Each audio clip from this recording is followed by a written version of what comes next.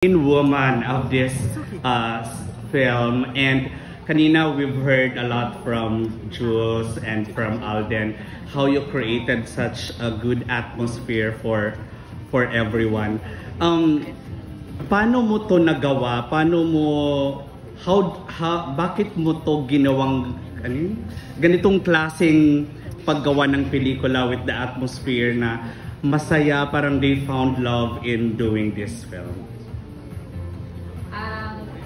Kasi matagal na akong nasa industriya kahit hindi halata because I'm so young looking. Char! Since OJT pa lang ako, parang dito na ako lumaki.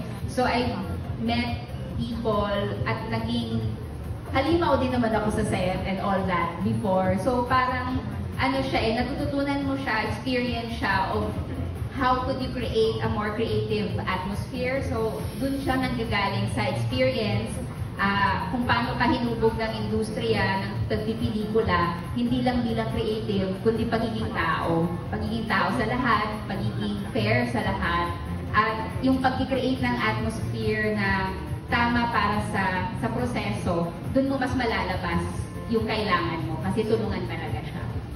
So, yung experience siguro from way back up to now, yun yung kailangan kong masiguradong may proseso at tama yung nangyayari sa set.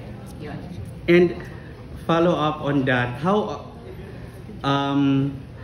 bakit sa tingin mo si Alden and Jules yung fit for the story that you have created? Nabuo kasi yung konsepto sila na talaga bago pa siya sinulat.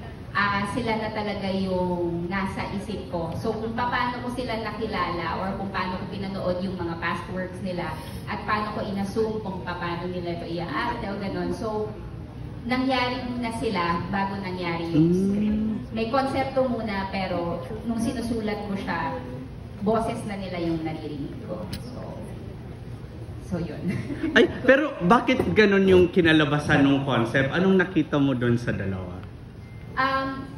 Kasi yung konsepto buo na siya sa akin nung kailangan niya lang ng mga boses na magsasalita dun sa yung personalities din nila, and also dahil alam kong magaling sila, magtitiwala ka na lang nung nagbasa kami ng script, or actually before pa nagbasa ng script, yung mga producers nga sinasabi oh my gosh, paano nila ito gagawin? Tapos, kasi nga hindi pa sila nagka-work together. So, yun, you jump, I jump. Hindi ko naman alam kung ano yung magiging chemistry talaga nila bubuin mo yun So, I don't know how to answer the question, pero yun, nangyari ang dapat mangyari.